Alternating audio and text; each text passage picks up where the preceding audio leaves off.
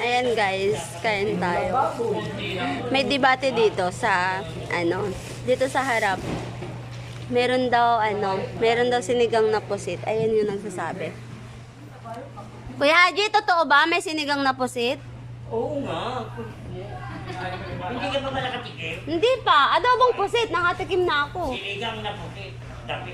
Ayan guys i-comment down below kung may sinigang na pusit. Oo. Ano natin Exactly.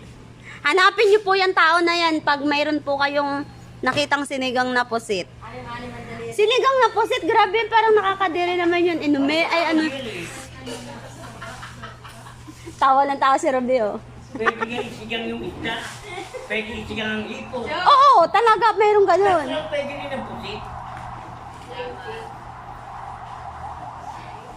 Ipaliwanag mo sa kanila kung bakit nagkaroon ng sinigang na pusit.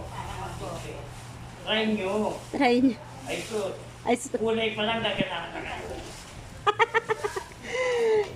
Robby, paalisin mo na nga yan dyan, Robby. Ang daming alam Ikaw, be, gusto mo sinigang na pusit?